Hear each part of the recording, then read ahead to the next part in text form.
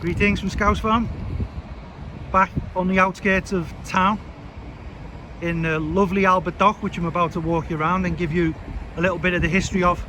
Not an exhaustive history because I'll be here all day, but I'm just going to talk you through some of the key dates in the history of this wonderful, amazing complex here on the waterfront of Liverpool. There's the sign there, Albert Dock. And before I start, I just want to zoom in there and show you one of the old, I've just noticed it now, it looks like an old pulley there at the top of the building. Used to use that to get stuff off the ships and into the windows of the warehouse in the past. And then I want to walk you over now, show you this another little thing I've noticed, this post box. And it's busy already, quite early in the morning for me anyway, but it's a little bit busy, so I'll have to keep my eye out for cars trying to mow me down and random seagulls and things. So that's good, isn't it? Don't know why they done that. Something to do with a coronation or a jubilee or something, I imagine. Oh, here we go. Look and see and you will find one of the original special post boxes. It's installed in '87. Yeah, never noticed it. Been down here drunk many times, maybe that's why. But yeah, this Albert Dock complex was designed by Jesse Hartley and Philip Hardwick and was opened by Prince Albert in 1846. Just scooch over, there's loads of people on this side. Yeah, opened by Prince Albert in 1846. So a Victorian complex, and it was an innovative design of fireproof and secure warehouses. And apparently the traders who were buying and selling produce within this complex could do so before any of their import taxes were due. So I think it was some sort of tax efficient way of trading as well. Don't know how that works, but they got away with it. And then the setup itself with all the hydraulic cranes, which there's another one of them pulleys at the top there. These pulleys would have been used with incorporation of the hydraulic cranes. It's stunning. Don't really spend much time to just stop and look around, but the buildings are fantastic in this part of Liverpool. Yeah, these the hydraulic cranes were also innovative because they were able to then cut the loading time in half from what was usually required to get stuff off of ships and into warehouses. So the ship would pull up into the dock, and then the crane would take all the cargo off the dock, off the ship, and stick it straight through the windows and other entrances to the warehouse so it could be stored. And it's also the world's first, I should go over this side, yeah, why not, world's first fireproof. So it was completely fireproof. A lot of the previous warehouses were built with timber structures inside, and then whether by dodgy means or just naturally accidental means, warehouses would go up in flames quite often to claim on insurance for the goods stored within. And I think the insurers were getting a little bit peed off with that, and they decided to drop the insurance costs for people who stored any of their goods within these wonderful fireproof warehouses. So that was another world first for Liverpool. And it's a grade 1 listed complex now, which is the highest listing classification in the United Kingdom of Great Britain and Northern Ireland. So all of these buildings that you're looking at now are all grade 1 listed. And this complex has the largest single collection of individually grade 1 listed buildings anywhere in the country, which is another bonus for the city. These cast iron columns that you can see now, these are 4 foot in diameter and 25 foot high. Again, non-combustible. And on top of that, we have all of the brick-built warehouses, which were made from approximately 23 million bricks, which is quite a large number there. And if you go down to, where are we now? If you go a little bit further down, I'll just point over the direction, that way along the waterfront, you'll get to something called the tobacco warehouse. And that was, I don't know if it still is, but it was the world's largest building warehouse made out of bricks, with over 27 million bricks. And I think now it's been converted into apartments and flats, stuff like that. It's nice that it's not as busy, but it's still always busy down this way. And, especially at night as well, it's very good at night. Lots to do around here.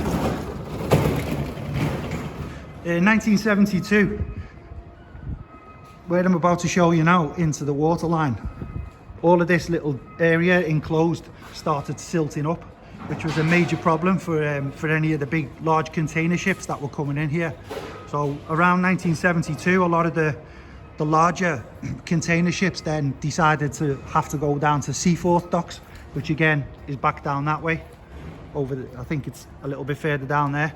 So they weren't able to offload here because they would run aground if they come in because of all the silt. So they diverted off down to Seaforth docks, and that become another fireproof warehouse complex down that way.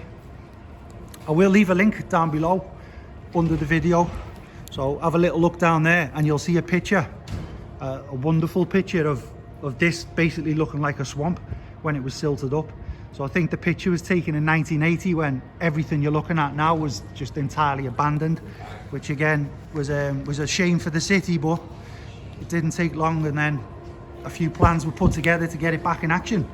But before those plans were put in place, the egregious brutalist movement in the country in the 1960s nearly claimed the Albert Dock as well. And I don't understand how it could have happened with this being grade 1 listed, but apparently in 1960, and again after they failed in 1966, plans were put in place to completely level the dock. So they wanted to knock everything down, and whatever it was they wanted to build then, which would have been disgusting because it was the 60s, and that's one of the worst decades ever in architectural history on the planet, I believe, because some of the stuff they built there and the damage they did to places like Birmingham is just, in my view, unforgivable. So lots of the history of Birmingham was completely destroyed in the 60s, and some parts of Liverpool unfortunately fell foul of that also. But it did escape the old demolition crane of the 60s brutalist movement, and then in I think in 1976 it got a little bit more help to stop any of that happening in the future with conservation area status in 1976. So again, thankfully it was saved, and we're able to walk around and gaze at this beautiful place today. And then moving on a little bit further forward, in 1981 it was pretty much an abandoned swamp, disused and unloved, and then a plan was put together by the Mersey Development Corporation, and in 1982 the Arrowcroft Group, a private company or collaboration, they put forward a plan to develop the complex into residential and commercial units, and that's what we're walking around right now. And in 1986 the Maritime Museum opened, and it was the first public building in the dock. And in 1988, for those who watch TV, I think it's somewhere around here, the weather map used to be, but for those who watch TV, the program This Morning was broadcast from the Albert Dock complex. So this is where we are now, where if you do watch television still and you watch This Morning, Richard and Judy first burst onto the screens of the TV in the United Kingdom of Great Britain and Northern Ireland from this complex. And there was a map. There's a few videos of people falling in the water when they're jumping over the map on telly, a few bloopers. But yeah, I'm sure those who watch television will recognise the surroundings from that programme. And in the same year, the now King Charles, who was the Prince of Wales at the time, opened the dock in some sort of ceremony, I think in 1988. And then it was completely fully refurbished and opened up for people to come and enjoy. All these little independent shops and businesses that bought leases to operate within the complex. And then a few more little dates of note as I'm walking around.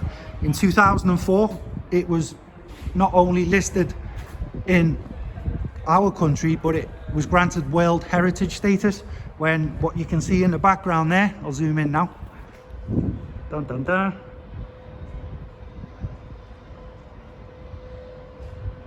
When the Three Graces on the waterfront were given World Heritage status, the Albert Dock was also included. So not only were we now famous in our country, we were listed on a nice little ledger of all of the planet's best waterfronts and special buildings that need to be protected for the future generations to enjoy.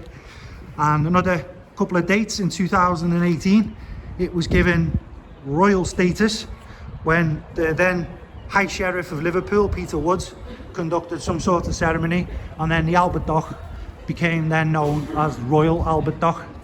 And that, my friends, is where we are today, on one of the probably last days where we'll get some sun in Liverpool, because it's Halloween while I'm filming this today, and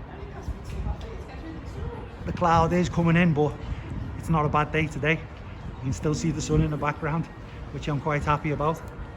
So just keep waving at it, because it's going to go away for a hibernation soon. We won't see it till next year. Yeah, I do remember when coming home on leave from the army, this was always when you save up your money when you're away and you come back, this was a place where I used to enjoy coming with my mates to get drunk. I even bought a nice oil painting from one of the shops around here called, I think it was called the Colonnades. We probably walked past it and I haven't even noticed it, but yeah, I'm hoping that whoever it was, that artist, is famous now and it might be worth a few quid. And while I leave you at the end, we'll pop out at the end here. I filmed recently a video about a famous singer and performer from Liverpool known as Billy Fury, who is Liverpool's Elvis, and there's a statue to him just out the front over this way. So if you've not seen that video, I'll leave that video at the end of this one, so it should be around here on your screen when this video finishes. And there's a few little personal family connections to Billy Fury, so if you've not heard of him, it's worth a watch, just to see that not only have we got the Beatles, there are other famous singers from Liverpool who made it overseas, particularly in America. And that, my friends, is the Albert Dock. So thank you all very much for watching. Have yourselves a great day, and Scouse Farm, we'll see you all again soon.